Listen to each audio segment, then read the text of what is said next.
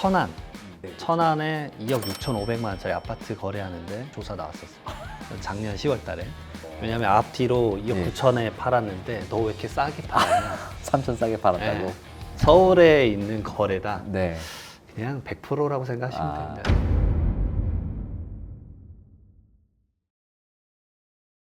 자, 세무사님. 요즘에 뭐 국세청이 뭐 부동산 관련 세금 탈루 문제를 좀 자세하게 들여다본다라는 이야기가 좀 많이 들리는데요. 보통 뭐 탈세 조사를 할 때 부동산 관련된 어떤 부분을 좀 주의 있게 좀 보나요? 너무 많아요. 너무 많아요. 케이스도 너무 많고. 왜냐면 예전에는 그냥 스탠다드 형태로 주기적으로 했는데 요즘 최근에 바뀐 거는 이제 빈도수가 확실히 많아졌어요. 압도적으로 좀 많아졌고 그다음에 주택 취득자금에 대한 소명의 강도는 빈도도 그렇고 아주 압도적으로 올라갔습니다. 그 부분에 대한 조사가 가장 큰 틀이고요. 그다음에 두 번째로는 증여도 요즘 조사 많이 해요. 그래서 어떤 식으로 증여를 해줬냐. 근데 대부분 그 이슈는 결국 자녀가 그 증여를 받은 거를 세금을 직접 냈느냐 뭐 이런 것들도 보고요. 증여에 대한 최근 조사는 이런 것도 있었습니다. 자녀가 이제 영끌해서 부동산을 산 거예요. 생활비가 없지 않습니까? 엄마 카드를 줬어요. 엄카 찬스를 써라. 그거를 잡아냈어요. 그러니까 말 그대로 뭐 그 정도 걸리겠어라고 하시는 일상적인 생활 속에서 펼쳐지는 것들도 요즘은 정말 조사를 많이 하고 있다. 그다음에 하반기에 많이 할 것 같은 게 두 가지가 있어서 그걸 좀 말씀드리고 싶은데 사업자 대출 조사를 많이 할 거예요. 사업자로 나 운용자금이다. 사업해야 하는데 써야지. 뭐 기계장치 살 거야. 그래서 대출을 뭐 10억을 받으셨다고 해볼게요. 이걸 주택 사는데 쓴 거예요. 이거 지금 잡아내려고 하고 있습니다. 이미 예고 여러 번 했고요. 7월부터 바로 시작입니다. 그러면 사업자 대출로 집만 안 사면 되네? 그게 아니에요. 왜냐하면 사업자 대출로 사업용으로 썼어야 되는데 그 이자 비용 경비 처리한 걸 통해서 사업자에 대한 전체적인 세무조사가 들어갈 게 명확하고요. 그 다음에 그것도 볼 겁니다. 저는 진짜 사업자로 썼어요. 보니까 진짜 사업자로 썼어요. 대출을. 네. 알고 봤더니 그 대출을 엄마가 갚아줬네. 아이고. 네. 네. 그럼 그 갚아준 것도 이번 증여세. 참에 전부 다 증여로 추징할 거예요. 음. 그리고 네 번째가 예전 패턴이기 때문에 저는 이걸 알아요. 지금 주택 거래량 확 줄었죠. 네. 그리고 그때 문재인 정권 때도 그랬는데요. 서울이 어떤 규제가 없으면 집합 건물 평균 거래량이 10,000건에서 플러스 마이너스 2,000건이거든요. 근데 이제 그때 규제가 시작되고 나서 이게 집합 건물이 한 4,000건으로 줄더라고요. 저는 이렇게 봅니다. 그러면 이제 서울을 기준점으로 봐볼게요. 이게 서울 기준이니까. 그러면 서울에 이제 관할 세무서에 계신 분들의 조사 캐파 총량이 8,000건이라고 해보겠습니다. 8,000건. 그러면 기존에는 10,000건이었으면 월마다 2,000건은 더 못 잡으니까 이제 좀 필터를 해서 조사를 했겠죠. 근데 거래량이 확 줄었으니까 아, 오히려 더 네. 다 볼 수 있군요. 다 볼 수 있어요. 그게 제가 지금 말씀드리려고 하는 매도자, 매수자 전부 다 조사를 할 수 있다. 너무 쉽다. 그러면 이제 캐파가 남잖아요. 조사할 수 있는 캐파가. 그러면 아까 말했던 증여 조사도 할 거고, 그다음에 사업자 대출 조사도 할 거고, 하나가 뭐냐면 너가 어떻게 이런 고액의 전세 보증금을 낼 수 있었어? 아, 그런 것도요? 임차 보증금에 대한 조사가 일어날 거예요. 그러니까 20대나 40대 분들이 제일 많을 건데 뭐 강남 3구나 용산에 10억 정도 되는 임차 보증금 전세 정말 많죠. 네. 너가 10억이 어디서 나서 이 보증금을 냈고 너가 확정 일자를 받고 전입신고를 할 수 있었어? 아니 엄마가 이름만 뭐 이름 오해를 사잖아요. 네. 그러면 이제 차용증을 썼다라고 하면은 실제 이자 갚았는지 그걸 볼 겁니다. 그러니까 이런 전반적인 것들 좀 앞으로 나아갈 게 전 보이기 때문에 그렇게 이제 제발 조심해라. 일단 뭐 올해 만약에 거래를 하신 분 혹은 작년에 재작년에 거래하신 분도 포함이 되는 거죠? 그럴 수 있죠. 왜냐하면 전세가 예를 들어서 갱신되거나 그래도 그럼 갱신됐네? 네. 그런 것들 다 볼 수 있기 때문에. 그러니까 고액의 전세를 한 분들도 그 금액에 대한 자금 출처를 증빙을 좀 해야 될 가능성이 있을 거고. 네. 얼추 기준 잡으면 저는 개인적으로 10억이라고 봐요. 10억. 10억 이상 음. 된 분들. 그리고 부동산 매매를 하신 분도 분명히 계실 거니까 자금 출처 이제 증빙을 만약에 우편으로 딱 받았어요. 네. 그럼 어떻게 그 다음 스텝 받은 사람은 어떻게 준비하면 되죠? 우선 첫 번째로 본인이 어떻게 처음에 자금 조달 계획서를 썼는지를 생각해 봐야 돼요. 그래서 그 문서를 사실 보관하고 사실 요즘은 다 뭐 스캔복사 하시잖아요. 네. 진짜 근데 안 하신 분들이 있어요. 아, 네. 이제 환장하는 거죠. 이제. 내가 어떻게 신고했는지도 내가 모르면 어떻게 이제. 신고했더라. 음, 그런 분도 있고요. 이런 분도 있습니다. 이제 중개사님 전화를 하세요. 어떤 돈으로 사셨어요? 제 돈이요. 자기 자금 20억. 아, 딱 한 줄 써서 돼요. 아, 그래요. 어떠한 서류도 첨부하지 않아요. 바로 연락 오겠는데. 아, 바로 연락 오죠. 당신을 초대합니다. 이렇게 하니까. 바로 초대장 받으니까. 네. 또 하나 말씀드리고 싶은 게 지금 이제 제가 매수자 관점에서 말씀드렸잖아요. 근데 이 잔금이 끝나고 나서 요즘은 거의 대부분 사주인의 시군구청이나 부동산에서 조사가 나오는데 그 조사 문서를 보면 매수자만 조사하지 않아요. 거기 딱 3명을 조사합니다. 매도자, 매수자, 중개사. 3명 다 조사합니다. 매도자도 황당하지만 그 문서를 받습니다. 아니 나 그냥 모르는 사람한테 팔았는데 날 왜 조사하냐. 아니 당신이 가격을 다운 계약서를 썼는지 그런 걸 계좌로 보겠다요. 왜냐하면 대출 때문에 그렇습니다. 대출이 이제 규제가 시작돼서 15억까지는 6억, 25억까지는 4억, 뭐 그다음에 2억 이렇게 됐지 않습니까? 사실 이게 이제 우리가 지금 촬영하고 있는 사실 KB 시세로 대출 시세를 잡아서 이게 15억 이하면 6억 해주고 이런 식인데 그분들은 이제 헷갈려서 매도 가격이 15억 이하면 대출이 6억이 나오겠지 뭐 이렇게 볼 수도 있잖아요. 그래서 원래 가격은 17억에 거래했는데 막 14억 5천에 낮추신 거예요. 2억 5천은 몰래 현금으로 받고. 근데 그걸 막 입금을 꾸역꾸역 했어요. 이 돈 뭐예요? 거래 끝나고 나서 뭐 그 다음 날에 2억 5천이 입금이 되면 추궁을 하게 되면 이제 위험해질 수 있죠. 근데 이게 세법적으로 어떤 영향이 있냐면 이게 부정거래를 하게 되면 가산세도 40%일 뿐더러 만약 나는 1세대 1주택 비과세라 상관없어 라고 하실 수도 있어요. 부정거래는 1세대 1주택 비과세를 못 받습니다. 그냥 세금 바로 때려거든요. 그냥 다운거래나 이런 거는 좀 지양하십시오. 예.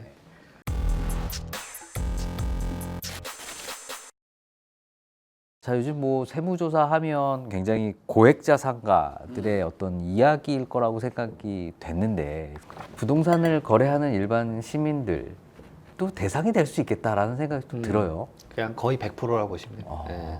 천안.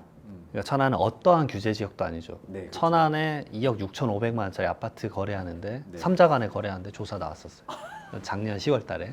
아, 2억 6,500에 네. 거래도요? 왜냐하면 앞뒤로 2억 예. 9천에 팔았는데 너 왜 이렇게 싸게 팔았냐. 3천 싸게 팔았다고? 예. 근데 비율로 따지면 10% 10%, 가까이 예. 되니까 전산망에 떠서 잡혔다. 아, 서울에 있는 거래다. 네. 그냥 100%라고 생각하시면 됩니다. 예. 서울에서는 뭐 결국에는 토지거래 허가제 때문이라도 자금 조달 계획서라는 게 좀 필수적으로 그리고 맞아요. 뭐 좀 투기 과열지구이기 때문에 그런 자금 조달 계획서를 작성할 때 유의할 점 뭐 이런 게 좀 있을까요? 2월 10일자로 개정이 좀 크게 됐습니다. 음. 그래서 이제 지금 이제 증여나 상속 같은 경우도 신고를 했는지 안 했는지. 네. 그리고 이제 내가 실제 현물 현금이 있었다? 그러면 이게 예를 들어서 외환을 바꾼 거다? 뭐 외국환 거래법상 제대로 했는지. 그리고 이번에 가상자산 판 것도 이제 항목으로 들어갔거든요. 그러니까 다양한 항목들이 추가됐는데 그런 각각 항목에서 가장 중요한 건 뭐냐면 이제 최근에도 그랬어요. 15억의 아파트를 사신 분이었어요. 8억의 임대 보증금 하고 내가 번 돈 쭉쭉쭉쭉 해서 주식 판 돈 쭉쭉 했다. 오케이. 그래서 제가 물어봤어요. 8억은 그러면 처음부터 8억이셨어요? 어디서 나셨어요? 그러니까 아니 그 예전에 신혼 초 때 4억으로 시작했는데 그 4억은 어디서 받으셨어요? 부모님한테 네. 타고 올라가. 아, 근데 그거는 주식 매각 금액도 마찬가지고 가상자산 매각 금액도 마찬가지인데 주식을 이번에 뭐 10억을 팔아서 주택을 샀다. 그러면 주식 시드 얼마셨어요? 2억이요. 어디서 나셨어요? 어머니가. 뭐 이런 게 너무 많기 때문에 그 당시 시점에 증여세 안 낸 거 추징 당할 거다. 이런 거 당연히 생각하셔야지. 요즘 뭐 부동산에서 30, 40 세대가 그 어떤 부동산 매입의 계층으로 이제 올라왔는데 이런 분들이 만약에 집을 살 때 만약에 부모님으로부터 한 3억 정도를 빌려가지고 만약에 집을 샀다라고 한다면 이거 어떻게 준비해야 되는 거죠? 증여세를 그냥 바로 내야 되는 방법밖에 없나요? 그냥 증여세 내고 더 이상 뭐 스트레스 안 받겠다라고 하신 분 진짜 있어요. 그러면 3억 원 정도에서 기존에 기증에 받은 게 없다 그러면 증여세가 한 4천만 원 정도 나와요. 그럼 제가 그 얘기를 딱 하면 갑자기 좀 생각이 많아지세요. 잠깐만 그 정도는 생각 안 했는데 뭐 이런 느낌. 그러면 3억의 자금이 필요한데 4천만 원 세금 내면 사실 2억 6천이 돼버리는 거라 자금을 더 채워야 되거든요. 가끔 이제 뭐 연부연납해서 쪼개서 낼 수는 있는데 그러게 선택하시는 분도 있고 아니면 이제 두 번째로는 이제 빌리겠다. 엄마 제가 진짜 갚을게요. 그러면 3억 원에 대해서 이제 적정 이자율 뭐 4.6%인데요. 4.6% 딱 안 해도 되고 1,000만 원까지만 차이만 나면 되니까 거기까지 맞추고 이자 지급 꼭 하고 계좌이체 내역을 무조건 만들어라. 만약에 이체 어떤 내역의 어떤 거래가 만약에 없다. 그럼 뭐 아예 증빙이 불가능한 거죠. 차용증 하나만으로는 안 되는 세상이다. 그렇죠. 예. 그러면 이 원금 자체를 합리적 경제인이 누가 공짜로 빌려주냐 원금 상환도 안 받으면서 이건 좀 아닌 것 같다. 그러면 이제 피곤한 인생을 좀 살 수 있기 때문에 고민을 좀 해보셨으면 좋겠어요. 네, 알겠습니다. 그러면 뭐 무조건 그 원금에 대한 어떤 그 증여로 보는 건가요? 아니면 뭐 그 이자 부분에 대한 증여로 이렇게 볼 수는 없어요? 두 가지 방안이 둘 다 있죠. 결국 이자를 무이자로 했기 때문에 과소 지급한 이자에 대해서만 추징할 것이냐. 이걸로 되면 아주 땡큐죠. 솔직히 말하면. 근데 이제 원금 자체를 보고 과세한 케이스도 상당히 많아요. 그러면 이제 아주 힘든 대법원의 길을 이제 가셔야 되기 때문에 굳이 제발 그거를 모험을 좀 안 하셨으면 좋겠다. 거기에 들이는 이제 뭐 세무사나 변호사 비용과 본인의 정신적 에너지 고갈과 시간 낭비가 너무 심하기 때문에 안 하셨으면 좋겠어요. 최근에 뭐 또 이슈되는 것 중에 농지법 개정이 좀 있는 것 같더라고요. 농지에 대한 전수조사도 하고 그리고 심지어 내가 경작하지 않는 농지 같은 경우에는 일정 부분 팔아야 되는 의무가 생기는 부분들도 지금 있다고 하는데요. 이 부분 한번 좀 자세히 설명 부탁드려도 될까요? 최근에 농지법 바뀐 거는 그겁니다. 농지 전수조사를 할 때 그 조사원이 그 농지를 아무 때나 들어갈 수 있다. 그러니까 막 조사권을 약간 풀어주는 거죠. 그런 식으로 시작되는 건데 5월부터 7월까지는 대부분 전국에 있는 페이퍼만 먼저 봐요. 페이퍼로 이제 조사할 대상자들을 선정을 하는 것 같습니다. 그래서 지금 이 선정할 때 필요한 인력들을 엄청나게 채용한 걸로 알고 있어요. 그리고 8월부터는 12월까지 현장 조사를 합니다. 근데 드론까지 띄워요. 그 수많은 농지를 볼 수가 없으니 그러니까 현황을 드론으로 실제 보겠다. 근데 이제 이것에 대해서 가장 위험한 게 첫 번째로는 농지의 불법 전용일 거예요. 농지인데 뭐 이렇게 식당으로 쓰고 있다거나 주차장 쓰고 있다거나 이거는 사실 농지로 안 쓰고 있는 거니까 거기에 대해서 원상복귀 시켜 뭐 이런 것들 올 수도 있으니까. 두 번째는 이제 실제 농사를 짓느냐죠. 근데 여기서 좀 억울할 수 있는 분들이 누구냐면 상속 받으신 분들이에요. 그러니까 나는 서울에서 직장 생활하는데 농지는 뭐 경상도나 전라도나 뭐 충청도에 받았어요. 솔직히 할 수가 없죠. 그러면 이제 상속받은 분들은 대부분 그 농지가 그 지방에 계신 분들한테 대부분 소작을 주고 있거든요. 이제 그런 부분들을 좀 정리를 해야 될 때가 왔다. 그러면은 농지법에는 사실 경자 유전 원칙이라 해서 본인이 직접 농사를 짓는 게 사실 원칙이지만 법에 적혀 있긴 합니다. 일정 요건에 부합을 하면 소작을 줄 수가 있어요. 그러니까 임차를 줄 수 있다라는 거죠. 그런 요건들을 맞추셨으면 좋겠어요. 그게 이제 농어촌 공사의 농지은행이 그게 대표적이에요. 그래서 나 이거 농지은행에 내놓겠다. 연에 뭐 20만 원, 30만 원만 주면 농사를 지을 수 있는 걸 줄 수 있기 때문에. 근데 그러게 합법적으로 농지를 주면 8년간 주면은 그 비사업용 토지라 해서 팔 때 세금도 확 줄어들어요. 이게 과태료가 너무 세요. 그러니까 농지법의 지금 극단적인 상황은 아마 이행강제금일 겁니다. 이행강제금이 아마 공시지가의 막 20%예요. 근데 이행을 할 때까지 매년 때려요. 그럼 공시지가 10억이면 갑자기 나는 그 농지에서 돈 1원도 안 나오는데 2억씩 내는 거예요. 너무 세죠. 그리고 LH의 강제 매각을 할 수도 있기 때문에 미리미리 좀 손 쓸 건 좀 손 쓰시고 너무 과도하게 쓰셨다라는 거는 빨리 바꾸셔야 된다. 농지는 농지로 경작해야 되고 그게 안 되면 이제 소작을 할 수 있는 농어촌 공사의 농지은행에다가 그 절차에 맞춰서 꼭 사용하도록 하는 맞습니다. 방법 필요하다는 네. 거죠. 그래서 이걸 그러면 왜 세무사가 이걸 말하냐 이러면 8년 자경감면이라는 게 있어요. 이게 세법에 그러니까 8년간 농사를 충실하게 지우고 팔 때 세금 1억 원을 빼주는 게 있습니다. 농지법보다 이 요건이 더 엄격해요. 그래서 저는 이제 토지 수용 때문에 전국에 있는 농지가 LH나 뭐 도로공사에 수용되는 걸 아주 많이 봐왔기 때문에 삼기 신도시도 그렇잖아요. 이렇게 이제 농지 있는 데를 대부분 매입하지 않습니까? 임야나. 그래서 거의 다 이제 아파트를 지어서 주택을 공급하는 거잖아요. 그 가장 선단이 뭡니까? 그 토지 소유자들한테 국가를 이제 수용을 하는 건데, 그때 내가 농사를 지었네 만에 그런 서류들을 제가 너무 많이 받기 때문에 사실 농지를 입증할 수 있는 서류가 엄청 많아요. 아이고 내가 지었는데 이런 말 한마디만 한다고 될 일이 아니다. 농지 대장이나 이런 것들도 좀 떼보고 확인해 보셔야 된다. 근데 이것의 가장 핵심은 저는 개인적으로 경기도에 있는 농지라고 봐요. 3기 신도시나 이런 토지 수용 사업은 대부분 경기도권이 많은데 거기 농지를 매입해서 국가가 이제 LH가 매입을 해서 건물을 올리는 건데, 거기에 많은 투기 세력이 들어갈 것이다라는 것을 좀 예측을 해서 경기도권역에는 좀 엄격하게 할 것 같다, 그런 생각을 많이 하고 있습니다. 네. 지목이 농지일 때 조심해야 되는 거고 임야 이런 부분들도 마찬가지 상황인가요?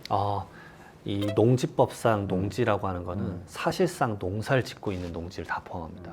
그러니까 지목의 전답 과수원은 당연히 포함할 거고, 그 다음에 토임이라고 하죠. 토지 임야라 그래서 경사도가 좀 낮은 임야, 그런 임야가 사실 과수원으로 많이 쓰이거든요. 그런 것들도 실제 농지로 쓰고 있으면 농지법 적용을 받을 수 있습니다. 그렇기 때문에 그런 것들 좀 고려해 보셔야 돼요. 사실 전답 과수원인데 초지로 쓰고 있는 경우도 있으세요. 초지법을 적용을 받거든요. 근데 초지는 뭐냐면 사실 그런 거죠. 이제 사료, 옥수수 같은 건데 동물의 사료 만드는 거, 이런 것들 하는 건 또 초지법 적용을 받으니까 그런 것들에 대한 구분도 좀 공부를 하셔야 됩니다.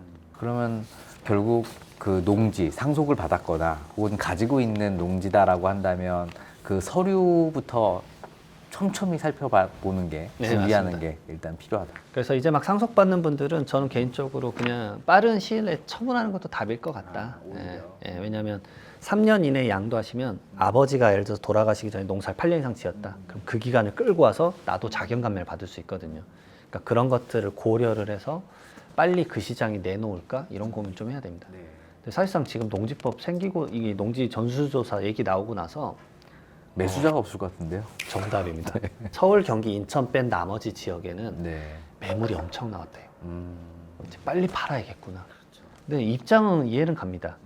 근데 상속받을 때도 그게 있거든요. 3년 이내에 농지법상 임차를 줘야 합법적인 임차로 인정해 준다, 뭐 이런 게 있기 때문에 그냥 마냥 넉넉히 있으시면 안 되고 방안을 좀 마련하셔야 된다.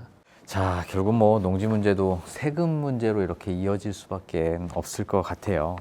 자, 그래서 뭐 마지막으로 조금 농지를 보유하신 분들 조금 좀 체크해야 될 리스트를 한 번만 정리 좀 부탁드려도 될까요? 우선은 농지 대장부터 확인해 보셨으면 좋겠어요. 왜냐하면 21년도에 그때 농지 대장이 좀 바뀌면서 농지 소유 관할 농지과에서 직권으로 이 사람이 농사를 실제 짓고 있지 않네라고 하면 임대로 바꿀 수가 있습니다. 그러니까 임차를 주고 있는 걸 이미 알고 있을 수도 있어요. 그래서 이런 부분들 서류들을 먼저 좀 떼봐라. 그 다음에 이번 참에 내 농지를 만약에 팔면 얼마일까? 내가 상속받았지만 그동안에 무신경 했는데, 부동산의 어찌 보면 관리잖아요. 상속재산의 관리이기 때문에 그런 자세도 좀 가져보는 시간을 가지셨으면 좋겠습니다. 아유, 감사합니다. 자, 오늘은 이장원 세무사님과 함께요. 7월의 세제 개편안부터 보유세 개편 그리고 국세청이 주목하는 부동산 세무 이슈까지 한번 살펴봤는데요. 오늘 영상이 좋으셨다면 구독, 좋아요, 알림 설정 부탁드리고요. 지식이 되고 돈이 되는 부동산 클래스는 다음에도 좋은 영상으로 찾아뵙도록 하겠습니다. 오늘 시간 내주셔서 감사합니다. 네, 감사합니다.